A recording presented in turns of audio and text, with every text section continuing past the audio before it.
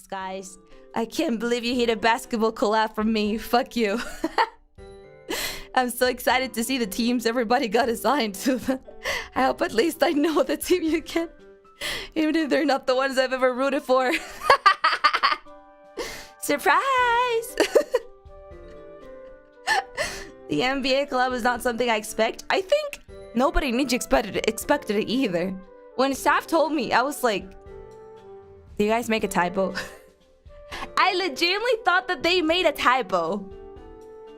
I was like, it has to be, I don't know, they're talking about NDA or something. I fucked up with the NDA of somebody and then they need to resend them. I'm not sure what they mean about an NDA sponsorship, but... And they were like, no, it's NBA. And I was like, how?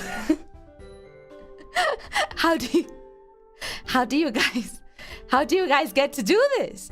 And then I realized I realized that in my latest Japan trip, it was a little bit too late in my opinion, but I realized how gigantic Nijisanji is as a company. If you go to Japan, you literally see them everywhere, every day.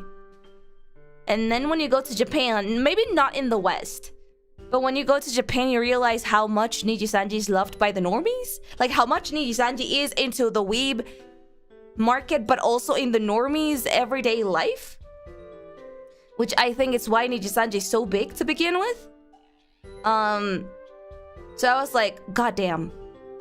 I tend to forget how gigantic this company is sometimes. Not to be like ungrateful, but sometimes I tend to forget how gigantic this company actually is. Yeah. Like this is not the first like big sports collab that Niji has done. I know that they've done with soccer and with basketball, especially with JP. But this one is probably one of the biggest for Ian. So that was cool. Yeah, baseball. Of course, baseball. Baseball is like one of the biggest sports in Japan. So, yeah. It was probably one of the biggest, so look out for that.